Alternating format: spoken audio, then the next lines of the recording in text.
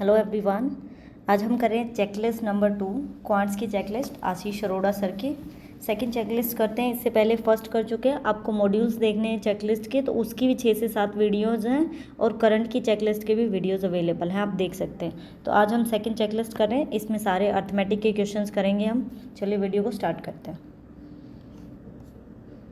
First question देखिए, 20 to 25 questions होते हैं आपके चेकलिस्ट के अंदर और हम कंप्लीट करेंगे। अभी करंट आप अगर देखें तो 286 तक आपकी चेकलिस्ट है। पूरा डेली की हर रोज़ 2 से 3 चेकलिस्ट आपको मिलेंगी और आपको कंप्लीट पढ़ना है। आप अर्थमेटिक के डेली 40 से 50 क्वेश्चन आराम से कर सकते हैं। डेली 2 चेकलिस्ट आप करिए, आपका अर्थमेटिक का पोर्शन इतना अच्छा हो जाएगा। एकदम बेसिक से हर चीज़ जो आपको बताने वाली होगी क्वेश्चन के अंदर, वो बताने की कोशिश करूँगी।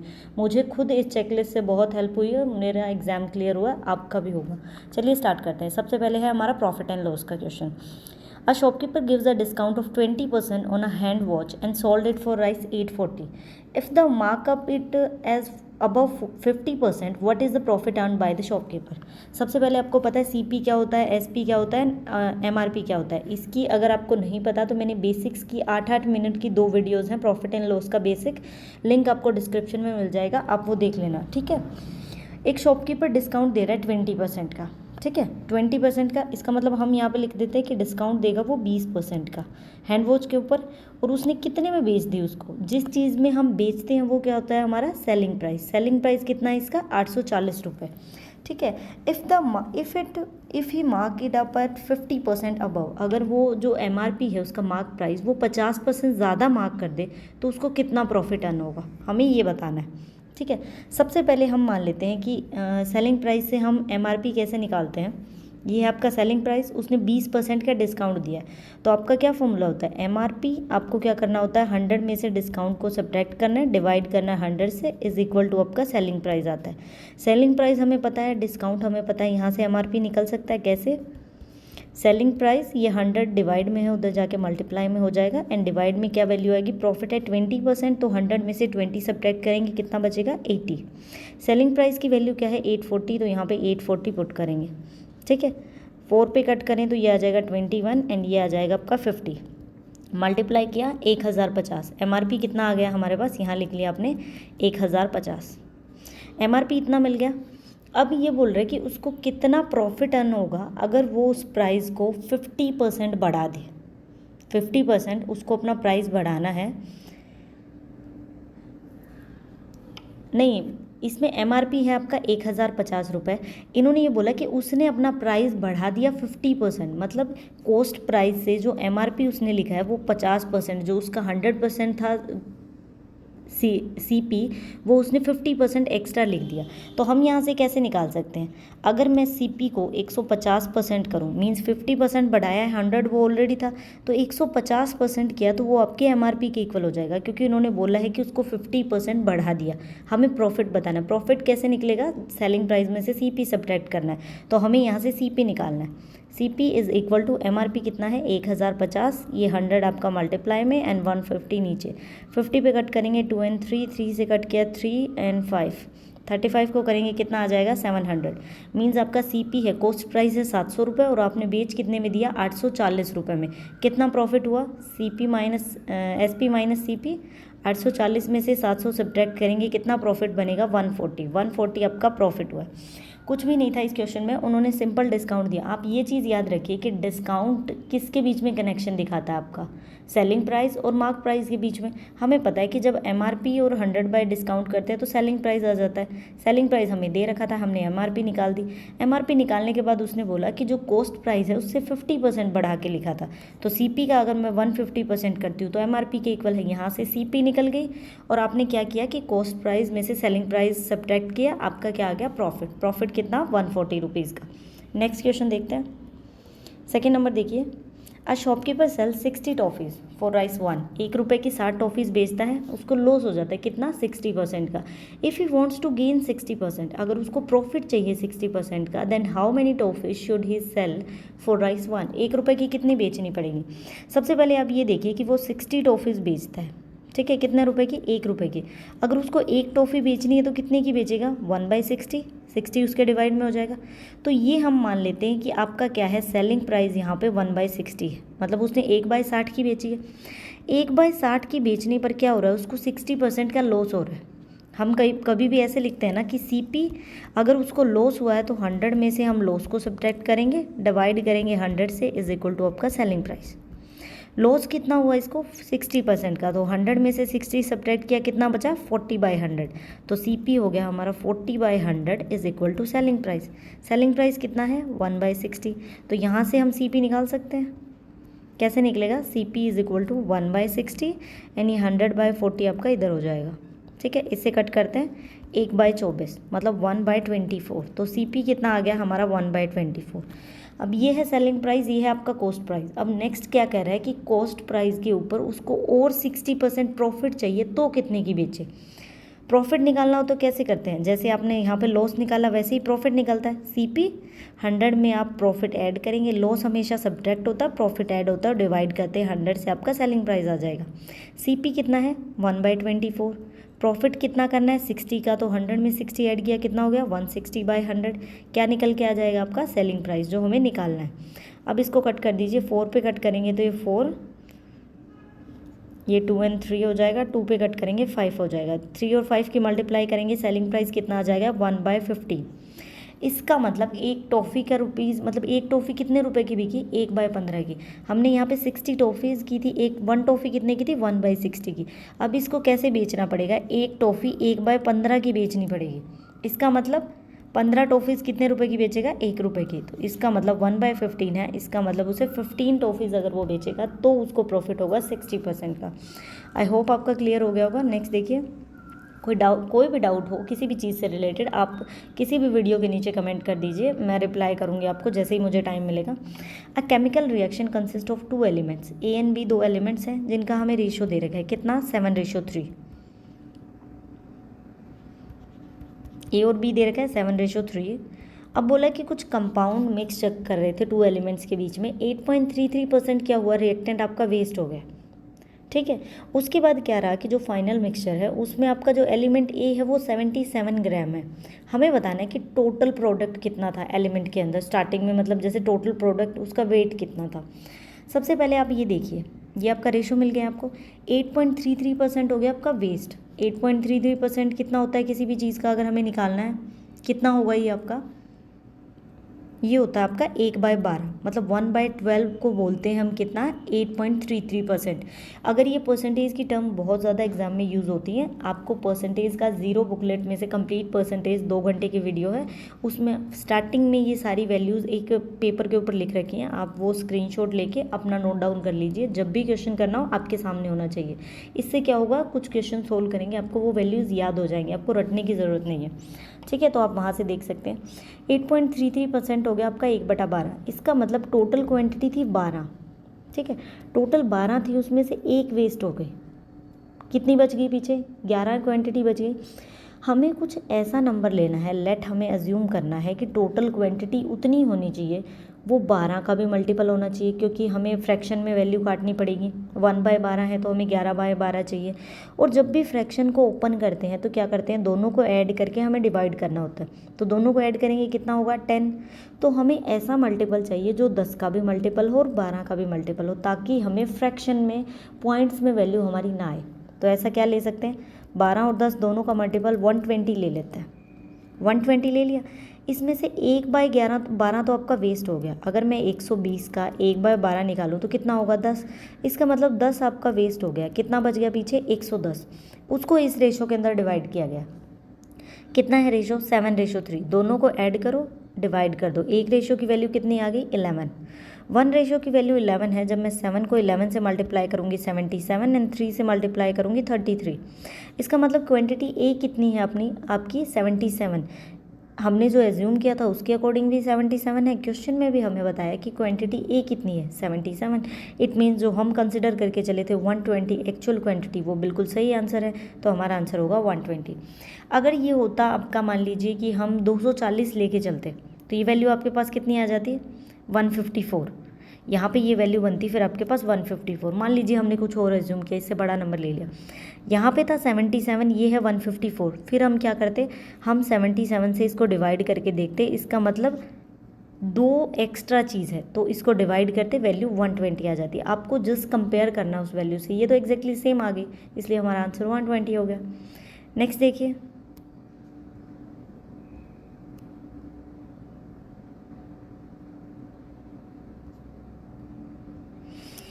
The rate of interest in two scheme, A और बी के अंदर रेट एंड इंटरेस्ट कितना दे रखा है, 5:6। इंटरेस्ट हमें दे रखा है, ठीक है, ए और बी का कंसिडर कर लेते हैं 5:6, ये है आपका इंटरेस्ट। उसके बाद क्या है, इफ़ अ पर्सन, यहाँ पे लिख लेते हैं ए एंड बी 5:6। ये बोला कि अगर कोई पर्सन इन्वेस्ट करे सम अमाउंट दोनों स्कीम के अंदर तो उसको इक्वल अमाउंट मिलती है कुछ टाइम के बाद, मतलब 5 साल के बाद उसको इक्वल अमाउंट मिलती है। हमें बताना है कि किस रेशो के अंदर उन्होंने इन्वेस्ट किया। सबसे पहले आप देखिए कि जो इनका इंटरेस्ट है वो सेम रेशो में नहीं है। अगर इंटरेस्ट अलग अलग मिल रहा है आपको, इसका मतलब उनका प्रिंसिपल भी डिफरेंस होगा। अगर हमारे पास इंटरेस्ट सेम होता तो हम एज्यूम कर लेते कि इंटरेस्ट सेम है, इसका मतलब प्रिंसिपल भी लगभग सेम होगा या फिर थोड़ा बहुत वेरी करेगा इनके बीच में। हमें वैल्यूज़ क्या चाहिए, दोनों बाद में इंटरेस्ट और प्रिंसिपल दोनों के ऐड हों तो वो वैल्यू आपकी इक्वल होनी चाहिए, हमें इतना चाहिए। यहाँ पे इंटरेस्ट है, हम प्रिंसिपल कैसे निकाल सकते हैं, प्रिंसिपल कैसे निकालेंगे, जस्ट आप क्या करिए, क्रॉस मल्टीप्लाई कर दीजिए, ये 6 यहाँ आ जाएगा, 5 यहाँ आ जाएगा। जब हम 6 और 5 को ऐड करेंगे कितना रेशो बनेगा, 11x, और यहाँ पे भी कितना बनेगा, 11x। इसका मतलब दोनों हमने इक्वल कर दिए एक दूसरे के, तो आपका किस रेशो में बनेगा, 6:5 के अंदर। जो भी दे रखा हो जस्ट क्रॉस मल्टीप्लाई करना है। अगर 3 और 4 दिया होता इंटरेस्ट तो प्रिंसिपल होता 4 और 3, बस जस्ट ऐसे करना है। ये क्यों किया हमने, क्योंकि आपका लास्ट में जो अमाउंट बनेगी वो सेम है। नेक्स्ट क्वेश्चन देखिए, the total monthly income of Mayank and Rishabh. Mayank और ऋषभ की टोटल मंथली इनकम दे रखी है आपको 1,10,000 रुपये। And the ratio of the expenditure of Mayank and Rishabh 7:6, and savings का भी रेशो दे रखा है। अब एक चीज़ ये देखिए, सबसे पहले हम निकालते हैं इनके एक्सपेंडिचर का कितना रेशो, मयंक और ऋषभ का कितना है, 7:6। अब हम सेविंग का रेशो लिखते हैं। एक चीज़ का ध्यान रखिए, स्टार्टिंग में इन्होंने सैलरी भी मयंक एंड ऋषभ लिखा, एक्सपेंडिचर भी मयंक एंड ऋषभ लिखा, लेकिन देखिए सेविंग में इन्होंने पहले ऋषभ लिख दिया फिर मयंक, ताकि कई बार कन्फ्यूज़न में हम 4, 5 लिखते जाएं।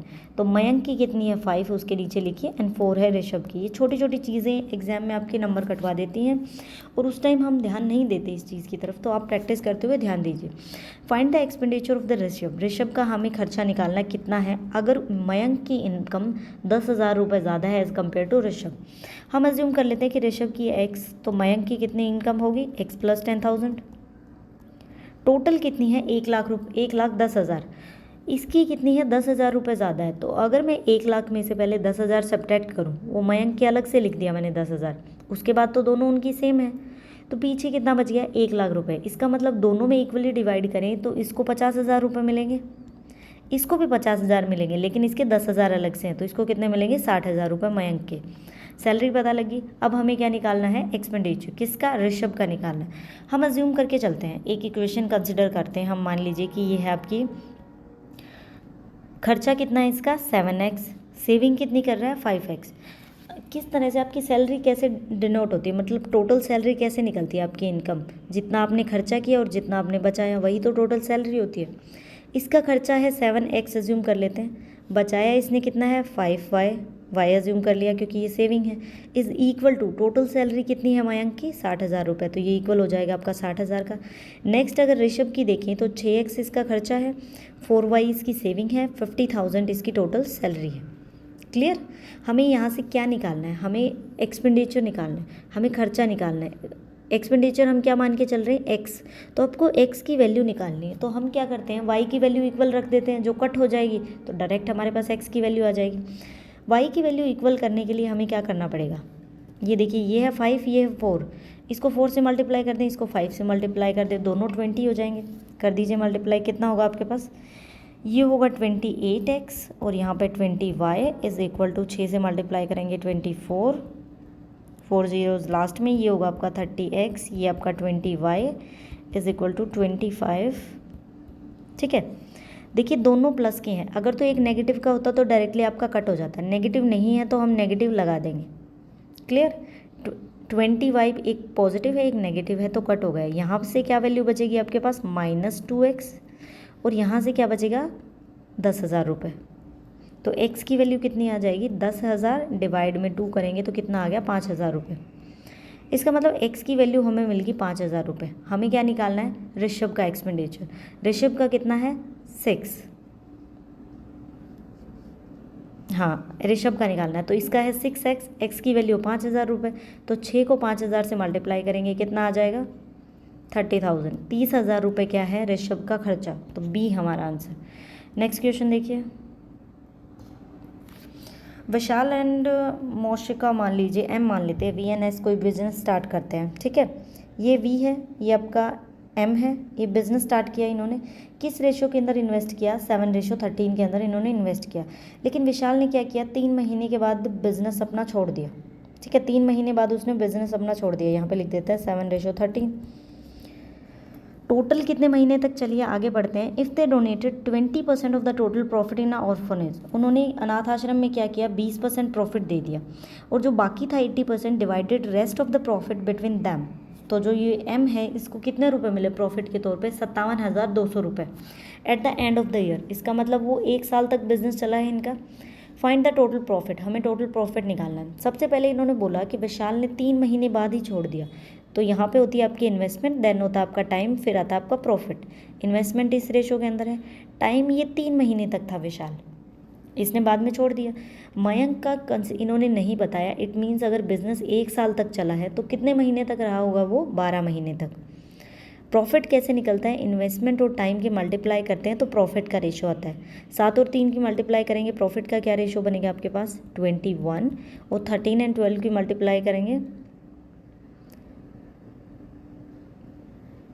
विशाल left the business before 3 month of the completion, sorry इसने बोला है कि उसने बिजनेस खत्म होने से 3 महीने पहले छोड़ दिया। टोटल बिजनेस चला है 12 महीने, तो उससे 3 महीने पहले, इसका मतलब इसका 9 महीने तक चला है।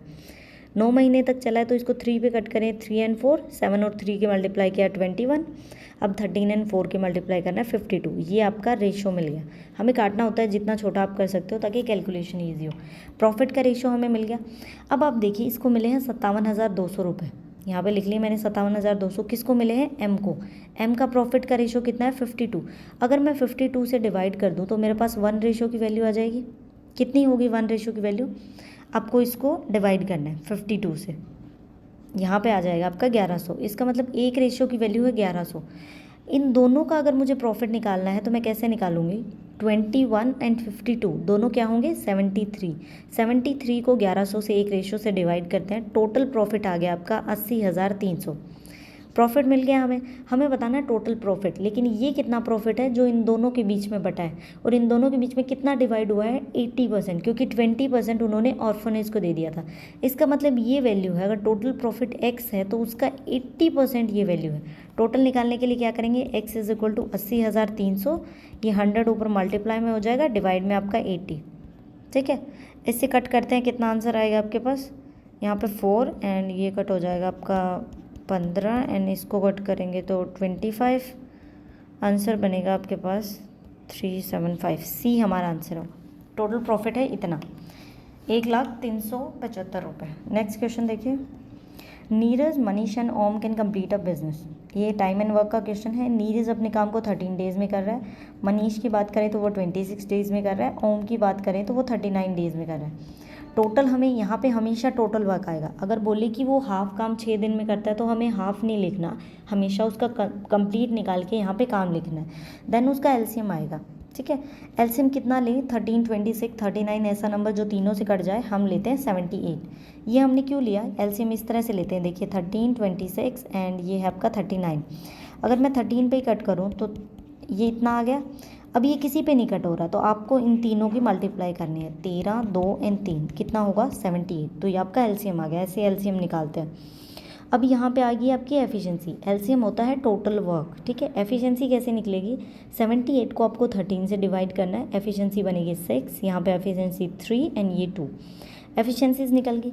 अब बात हो रही है आगे, देखिए क्या है, if they work on alternate days starting with Neeraj, then Manish and then Om, the task given by them of them will be completed in how many days, कितने दिन में वो काम कंप्लीट हो जाएगा। अल्टरनेट डेज का क्या मतलब होता है, पहले दिन नीरज ने काम किया, फिर मनीष ने काम किया, फिर ओम ने काम किया।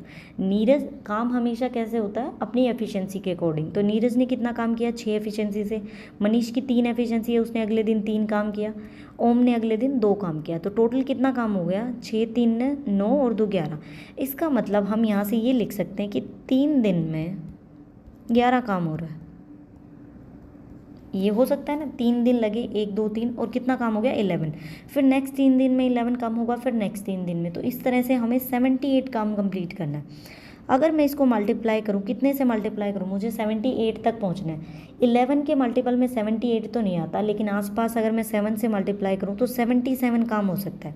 तो टाइम को भी 7 से मल्टीप्लाई करना पड़ेगा। कितने डेज हो गए, 21 डेज हो चुके हैं। 77 काम हो चुका है, टोटल है 78। काम कितना बच गया, 21 दिन होने के बाद। अब बारी किसकी आई, काम बच गया 1 और बारी आएगी, स्टार्टिंग होगी नीरज से, तो डिवाइड करेंगे 6 से। ठीक है, मतलब 1/6 जितना काम बचा हो डिवाइड करना है एफिशिएंसी से। तो ये है आपका 21 1/6, लेकिन ऑप्शन इस तरह से नहीं दे रखा। तो आप क्या करिए, इसको ओपन कर लीजिए। 21 को 6 से मल्टीप्लाई किया, कितना हो जाएगा आपके पास 126, और 1 में ऐड कर देंगे हम, तो कितना हो जाएगा 127 बाय में 6। डी आपका आंसर होगा। नेक्स्ट क्वेश्चन देखिए 8 number. X can do a work in 42 days. X किसी काम को 42 डेज में कर रहा है। If there had been 10 more man then the work would have been completed in 30 days. In how many days X plus 45 man can do the same work. Simple सी बात है, अगर एक्स आदमी किसी काम को 42 डेज में कर रहे हैं, सबसे पहले अगर आपको बोले कि 2 आदमी हैं, 2 मैन हैं, किसी काम को 12 दिन में कर रहे हैं, तो टोटल काम कैसे निकालेंगे। 1 मैन का काम आपका टोटल वर्क होता है, तो 1 मैन का कैसे निकलेगा, 12 आदमी, डिवाइड नहीं करना, कभी भी वर्क में डिवाइड नहीं करना होता। जैसे किसी चीज़ को डिस्ट्रीब्यूट करते हैं तो हम डिवाइड कर देते हैं, आप मल्टीप्लाई करेंगे। इसका मतलब एक मैन 24 डेज में काम कंप्लीट करेगा, तो वो उसका टोटल वर्क है। समझ आया। यहाँ से बोला कि एक्स मैन 42 दिन में काम करते हैं, तो 1 मैन कितने दिन में करेगा, 42 मल्टीप्लाई एक्स, ये इसका टोटल वर्क आ गया, इज़ इक्वल टू, ये इसका पूरा काम हो गया। ऐसे काम करते हैं ये, मतलब जितने आदमी और जितने दिन में काम कंप्लीट किया उनको मल्टीप्लाई कर दो, ये टोटल काम आ गया। ये किसके इक्वल है, बोल रहे हैं कि अगर 10 मैन और आ जाएं, टोटल मैन थे एक्स, अगर 10 मैन्स और आ जाएं तो उनको 30 डेज लगते हैं काम करने में। हमने इक्वल रख दिया क्योंकि काम दोनों इक्वल है। हमें यहाँ से एक्स की वैल्यू निकालनी है, तो ये कितना होगा 42x, ये कितना हो जाएगा 30x प्लस 300। 30 इधर आ जाएगा तो 12x बनेगा आपके पास, इज इक्वल टू 300। x यहाँ पे 12 इसके डिवाइड हो जाएगा, 3 से कट करें तो 4 एंड देन 25। x की वैल्यू कितनी आ गई आपके पास 25, मतलब स्टार्टिंग में 25 मैन थे। अगर मुझे टोटल वर्क निकालना है तो मैं कैसे निकालूंगी 1 मैन का। अब मुझे पता है कि x की जगह पे है 20 मैन, इसका मतलब 20 मैन किसी काम को 42 डेज में कर रहे हैं। 1 मैन कितने दिन में करेगा, 42 मल्टीप्लाई 25, ये है टोटल वर्क, 42 मल्टीप्लाई 25। अब जितने मैन से पूछा है, अगर 2 मैन से करवाना है तो डिवाइड कर दो 2 से टोटल वर्क का, 3 से पूछा तो 3 से कर दो। इन्होंने कितने से पूछा है, x प्लस 45, x कितना है 25 और इसमें 45 और ऐड करना है, टोटल कितने मैन हो जाएंगे आपके पास 70, डिवाइड करेंगे 70 से। ठीक है, सबसे पहले 5 पे कट कर देते हैं 14 एंड फिर किस पे कट होगा ये, इसका मतलब उनको 15 दिन लगेंगे उस काम को कंप्लीट करने में। बी हमारा आंसर। नेक्स्ट देखिए, इस चेकलिस्ट के अंदर 20 क्वेश्चन है। अगर आप डेली की 2 चेकलिस्ट को सोल्व करते हैं तो आपको 40 क्वेश्चन होंगे। 40 क्वेश्चन कोई ज़्यादा नहीं है करने में, लेकिन आपको अलग अलग तरह के 40 क्वेश्चन करने को मिलेंगे। एक किस्म से 2 मॉक टेस्ट जैसा एक्सपीरियंस होगा आपको।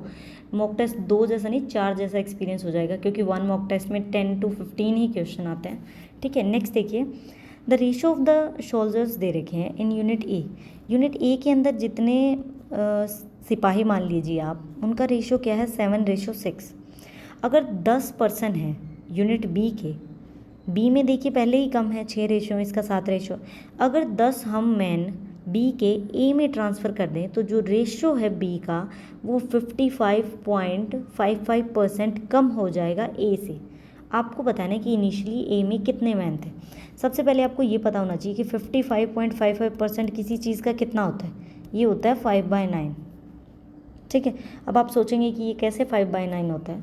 तो अगर मैं डिवाइड में 9.99 करूँ, मतलब 100 को मैं 9.99% मान सकती हूँ, तो डिवाइड करूँगी तो 5/9 नहीं आ जाएगा। ऐसे ही कभी भी 4.44 दिया होता है तो डिवाइड में आप क्या करें, 9 कर सकते हैं, 4/9 आ सकता है। तो यहाँ से हमें इतना क्लियर हो गया कि ये वैल्यू है 5/9। समझ आ गया। अब उसने बोला है कि यूनिट बी ए से 5/9 कम हो जाएगी, 5/9 कम हो जाएगी, उनका रेशो ये बनेगा। इसका मतलब टोटल अगर यूनिट है 9 तो वो 5 कम हो जाएगी, 5 कम हो जाएगी तो 1 में से अगर मैं 5/9 को सब्ट्रैक्ट करूँ तो 4/9। इसका मतलब बी का रेशो तो 4 बन जाएगा एंड ए का रेशो 9 बन जाएगा।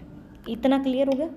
अब देखिए ए और बी का 7:6 था, बी कितना कम हो जाएगा इससे, 4/9 कम हो जाएगा। इसका मतलब ए का रेशो है 9 एंड बी का रेशो कितना बन जाएगा, 4। इतना क्लियर हो गया, ठीक है। अब यहाँ से हम इसको कैसे लिख सकते हैं, मान लीजिए पहली इक्वेशन लेते हैं, 7x माना, पहले इसमें 7x थे, डिवाइड करा 6x था। ये b है, ये आपका a है एंड ये आपका b है। b में से 10% चले गए तो -10 कर देती हूँ, a में वो 10 ऐड हो गए तो रेशो कितना बन गया, उन्होंने बोला था कि वो उससे 5/9 कम हो गया। इसका मतलब a कितना हो गया आपका 9 एंड b कितना हो गया 4। क्लियर हो गया आपको। अब जस्ट क्रॉस मल्टीप्लाई करो एंड x की वैल्यू निकालो, कितना बनेगा आपके पास, 28x + 40 = 54x - 90। ये 28 इस साइड आ जाएगा तो कितना बनेगा ये आपके पास 26x and is equal to कितना हो जाएगा, ये बनेगा 50 एंड x की वैल्यू अगर हम निकालें तो कितना बनेगा 50y में 26। ये आ गया आपकी x की वैल्यू।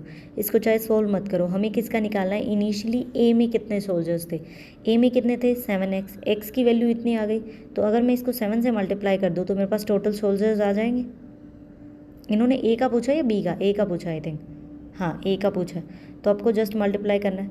ये एग्जैक्टली नहीं कटेगा इससे,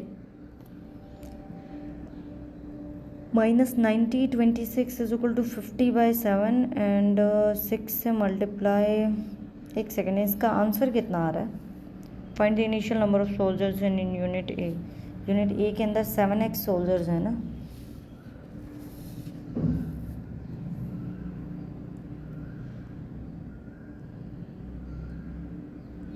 एक सेकेंड, हमें इतना बड़ा करने की ज़रूरत ही नहीं है, इसको हम डायरेक्ट ऐसे भी तो सोल्व कर सकते हैं।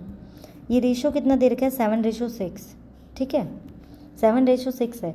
बाद में हमने निकाल लिया कि बी ए का रेशो बन जाएगा 9 एंड बी का बन जाएगा 4, इतना हमने निकाल लिया ना, तो हम इसको बिल्कुल आसान तरीके से निकाल सकते हैं। इतना रेशो बन गया बाद में 10 निकालने के बाद। इनके बीच में डिफरेंस देखिए कितने का है, 2 का डिफरेंस है, इनके बीच में भी कितने का डिफरेंस है, 2 का डिफरेंस। तो हम यहाँ से लिख सकते हैं कि 2 रेशो की वैल्यू कितनी है आपके पास, कितने का, इसमें से 10 कम हुए हैं और इसमें 10 जुड़े हैं, इसका मतलब 2 रेशो की वैल्यू 10 के इक्वल है। तो यहाँ से 1 रेशो की वैल्यू कितनी आ जाएगी आपके पास, 5 आ गई। अब हमसे किसका पूछा है, ए का पूछा है, ए में कितने थे, तो इसमें 7x है, एक रेशो की वैल्यू अगर 5 है तो 7 से मल्टीप्लाई करिए 35 आ जाएगा। बिल्कुल आसान तरीके से भी हम निकाल सकते हैं इसको। नेक्स्ट क्वेश्चन देखिए, A 270-liter mixture of orange juice and lemon juice contain orange juice and lemon juice in ratio 7:2. How much lemon juice should be added to the mixture to make the ratio of lemon juice and orange इतना बन जाए, ठीक है। सबसे पहले है orange और फिर है आपका लेमन। रेशो कितना है 7:2, टोटल कितना है आपका 270, ठीक है। जब भी रेशो में ओपन करना होता है तो क्या करते हैं, दोनों रेशो को ऐड करते हैं, 7 और 2 हो जाएगा 9, 9 से डिवाइड करेंगे, कितना हो गया 30। एक रेशो की वैल्यू कितनी आ गई आपके पास 30, तो अगर मैं इसको 30 से मल्टीप्लाई करती हूँ तो कितना आएगा 210 है आपके पास ऑरेंज जूस, ठीक है। एंड इसको 30 से मल्टीप्लाई करेंगे तो 60 क्या है आपके पास लेमन जूस। इतना क्लियर हो गया आपको, ऑरेंज और लेमन जूस हमारे पास निकल के आ गया, ठीक है। उसके बाद बोला कि कितना लेमन जूस ऐड करें कि मिक्सचर बन जाए आपका, ये है 210 और ये है आपका 60, ये मिक्सचर बन जाए 5:3। हमें ऐड क्या करना है, सबसे पहले वो ध्यान में रखिए, लेमन जूस ऐड करना है। लेमन जूस कौन सा है, ये वाला, ये ऐड करना है हमें। इसका मतलब इसमें तो कोई चेंज नहीं हो रहा, नो चेंज। इसका मतलब ये 210 अगर 5 की फॉर्म में लिखी है तो मैं 5 से डिवाइड करूँ तो एक रेशो की वैल्यू आ सकती है, कितनी होगी 42। मेरे पास एक रेशो की वैल्यू यहाँ से निकल कर आ गई, मुझे 3 और 5 निकालना है। Orange juice, lemon juice and orange juice, देखिए फिर से इन्होंने कन्फ्यूज़न दे रखा है, पहले लेमन एंड देन ऑरेंज। ये है आपका 3 एंड ये है आपका 5, जस्ट कंफ्यूज करने के लिए, टाइम वेस्ट हो इसलिए। 3 और 5 दे दिया, ठीक है, ये 3 एंड ये आपका 5। इसका मतलब इसमें तो कोई चेंज नहीं हो रहा, तो हम क्या करें 210 को 3 से डिवाइड करते हैं। इसका मतलब 70 क्या आ गई आपकी 1 रेशो की वैल्यू। अगर मैंने 70 को 3 से मल्टीप्लाई किया तो 210 वैल्यू आ गई, सही है। अगर मैं 70 को 5 से मल्टीप्लाई करूँ तो कितना होगा 350। इसका मतलब लेमन यहाँ पे 350 होना चाहिए, लेकिन लेमन जूस है कितना 60, तो 60 सब्ट्रैक्ट करिए, कितना बच गया आपके पास 290। इसका मतलब इसको 290 और ऐड करना पड़ेगा, तो आंसर क्या होगा हमारा 1।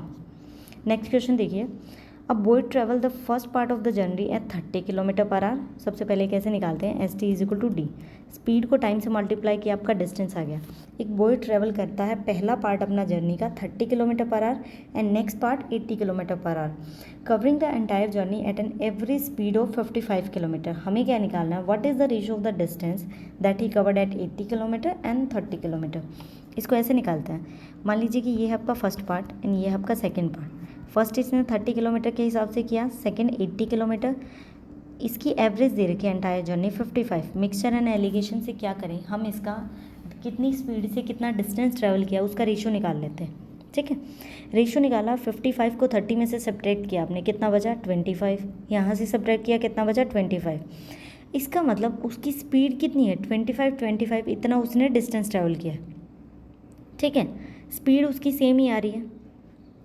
अब हमें क्या निकालना है, ये टाइम वगैरह, इसकी स्पीड मीन्स इसकी जर्नी इक्वल उसने डिस्टेंस ट्रैवल किया, डिस्टेंस उसका सेम है, ठीक है।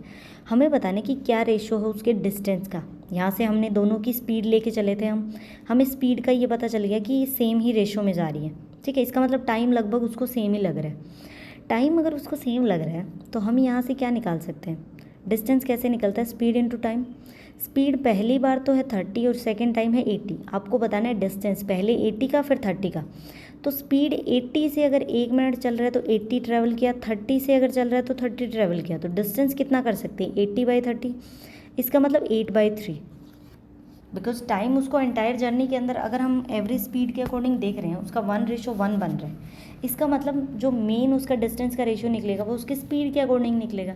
स्पीड है 80 और 30, तो 8:3 आपका डिस्टेंस आ जाएगा।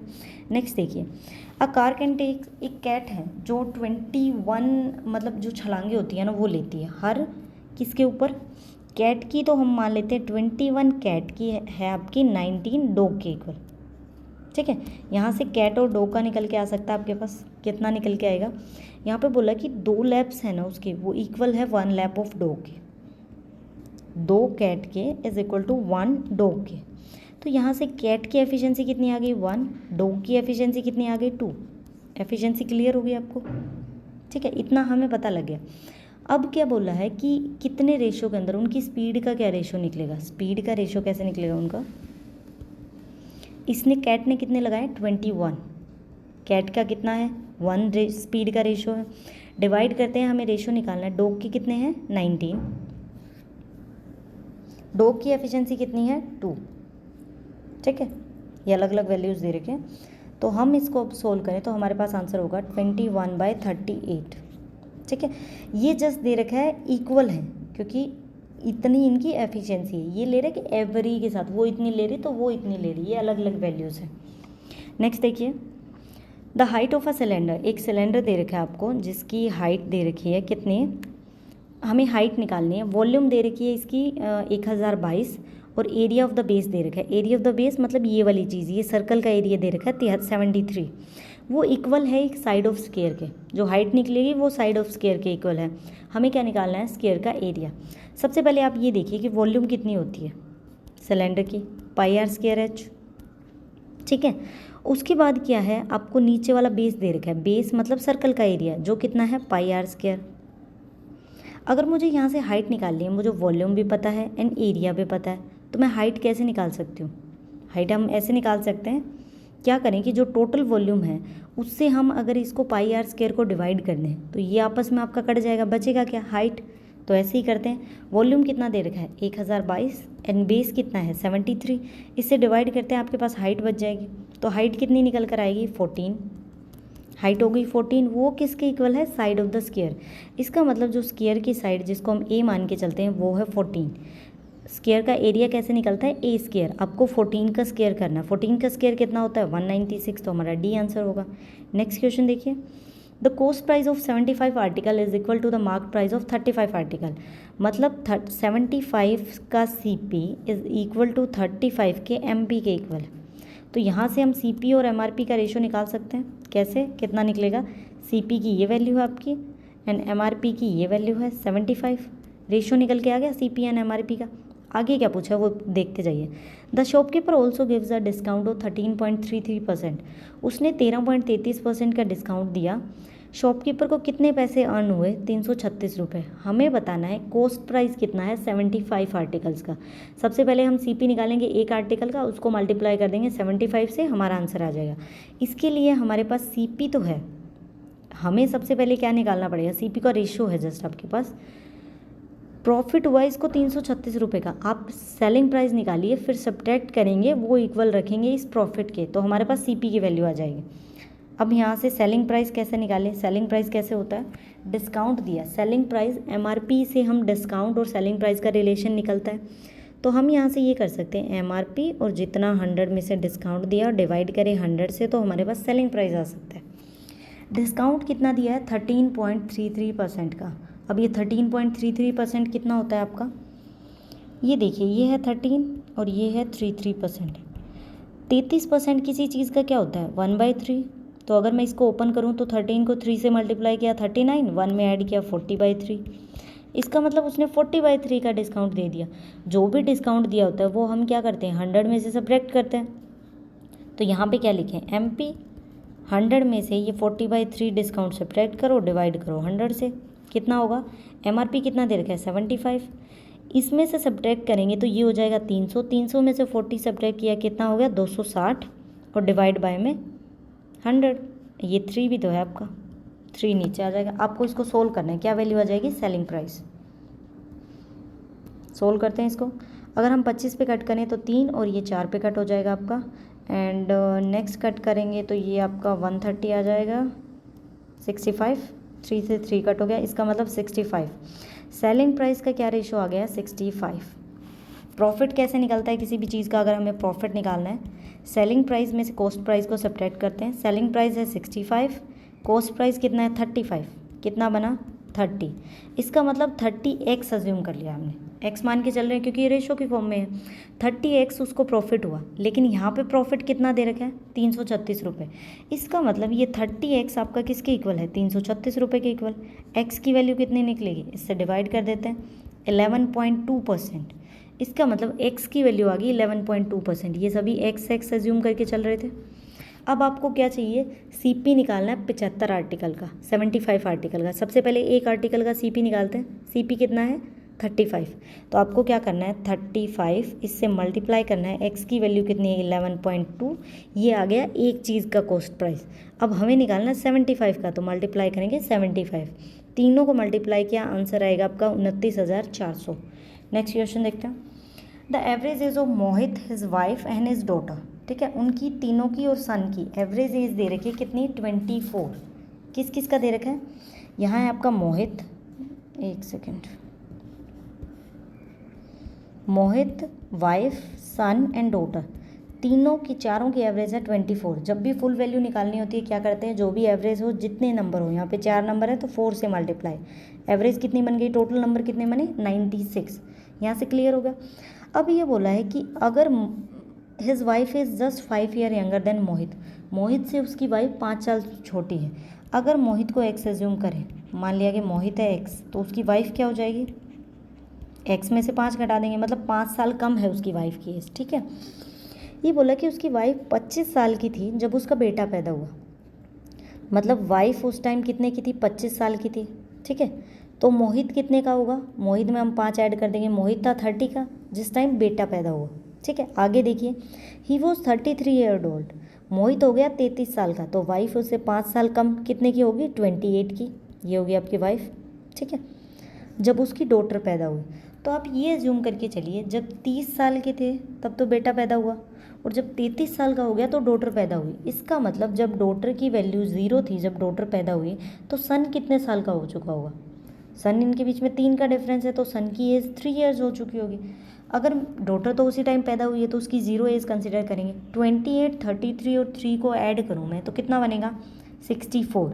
इसका मतलब जब डॉटर पैदा हुई आपकी, जो भी इन्होंने बोला है कि हिज डॉटर वॉज बॉर्न, जब भी उसकी डॉटर पैदा हुई तो वो लोग 64 थे।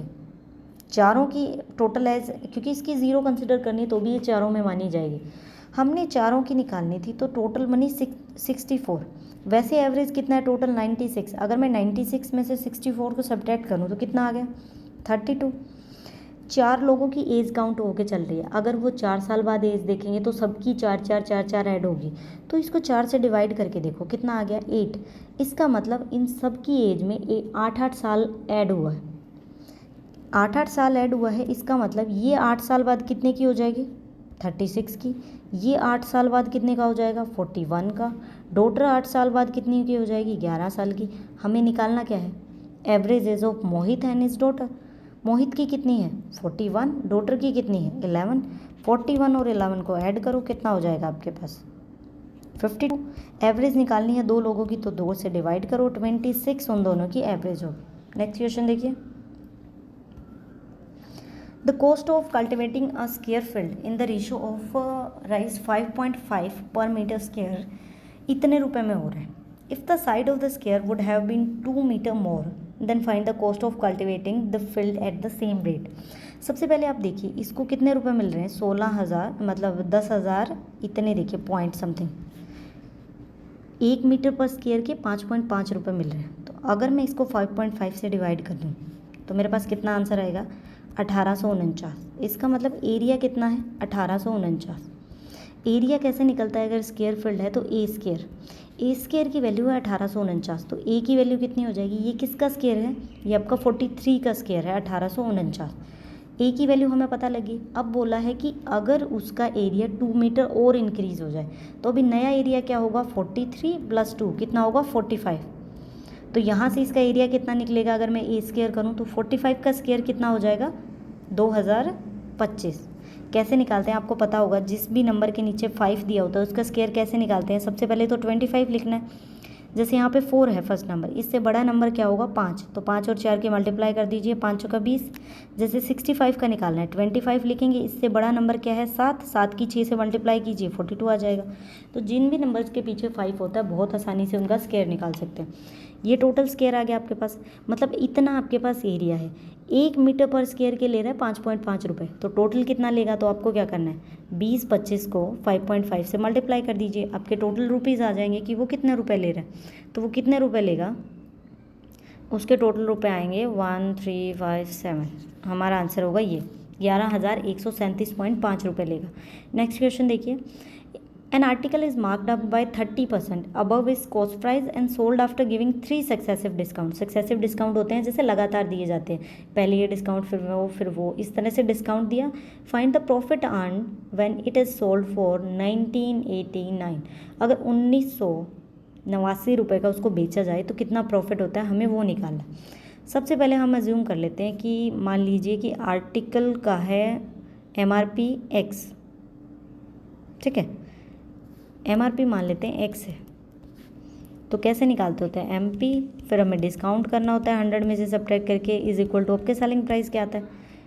अब डिस्काउंट कितना देना है, सबसे पहले 8.33%। सबसे पहले ये 8/33% कितना होता है, हमने लास्ट क्वेश्चन में भी निकाला था। 833 किसी चीज़ का क्या होता है 1/3, तो कितना हो जाएगा 25/3, 25/3 हो गया। लेकिन इसको 100 में से सब्ट्रैक्ट करते हैं हम डिस्काउंट को, तो कितना हो जाएगा 275/300। 100 में से सब्ट्रैक्ट किया, बाद में ये देखिए ऐसा होता है ना MRP 100 में से डिस्काउंट सब्ट्रैक्ट करेंगे और डिवाइड करना होता है 100 से, तभी तो सेलिंग प्राइस आता है। अगर मैं इसको 25 पे कट करूँ तो ये आपका कितने पे कट हो जाएगा 12 पे, ये 11 पे। इसका मतलब 8/33% किसी चीज़ का कितना है 11/12। डिस्काउंट कितना दे दिया 11/12 का, निकाल लिया हमने। फिर 9.09% का, अब 9.09% किसी चीज़ का कितना होता है 1/11। आप एक बार वो जीरो बुकलेट में से परसेंटेज का चैप्टर देखिए, 2 घंटे की वीडियो है, उसमें आपकी ये परसेंटेज के सारे डाउट्स क्लियर हो जाएंगे कि किस वैल्यू को क्या लिखा जाता है। बिल्कुल स्टार्टिंग में ही आप जस्ट एक बार देख लेना। इसको लिखते हैं 1/11। इसका मतलब उसने कितने का डिस्काउंट दिया, अगर टोटल वैल्यू 11 है तो उसने 1 का डिस्काउंट दे दिया। तो 1 में से अगर मैं 1/11 सब्ट्रैक्ट करूँ, इसका मतलब टोटल वैल्यू कितनी रहेगी, 10 बार 11, क्योंकि 1/11 का तो डिस्काउंट दे दिया। नेक्स्ट उसने डिस्काउंट दिया 10% का। 10% 100 में से 10 सब्ट्रैक्ट किया, 90/100, वैल्यू किसके इक्वल रह गई, 1989। यहाँ से आपको x की वैल्यू निकालनी है। यहाँ पे ये वैल्यूज़ कट भी कर सकते हैं, 3 पे कट करें तो कितना आ जाएगा, 3 और ये 4। यहाँ से क्या होगा, 1989, ये 4 आपका मल्टीप्लाई में एंड 3 आपका डिवाइड में हो जाएगा। 3 से कट करें, 3 से 18 एंड 3 आपको मल्टीप्लाई करना है इसको 663 से 4 को, तो क्या बनेगा 2652। ये क्या निकल के आ गया आपका MRP। यहाँ तो इतना क्लियर हो गया। अब देखिए MRP हमारा कितना निकल के आ गया, 2652। अब बोला है कि हमें क्या निकालना, प्रॉफिट। अगर उसने प्राइस 30% अबव किया था कॉस्ट प्राइस से, तो अगर CP से उसने 130/100 करके MRP की वैल्यू लिखी थी, तो यहाँ से आप CP निकाल सकते हैं। MRP कितना है 2652 एंड इसका कितना कर सकते हैं हम, यहाँ से ये उधर जाके 100/130 हो जाएगा। ठीक है, 13 से कट करें, 13 से कट करेंगे, 13 दूना 26 और ये हो जाएगा 4। इसका मतलब 2040 रुपये सेलिंग प्राइस है, कॉस्ट प्राइस है सॉरी। और सेलिंग प्राइस कितना है इनका SP 1989। अब इन्होंने पूछा कितना प्रॉफिट हुआ, तो ये तो इसके अंदर एरर आया हुआ है क्वेश्चन के अंदर।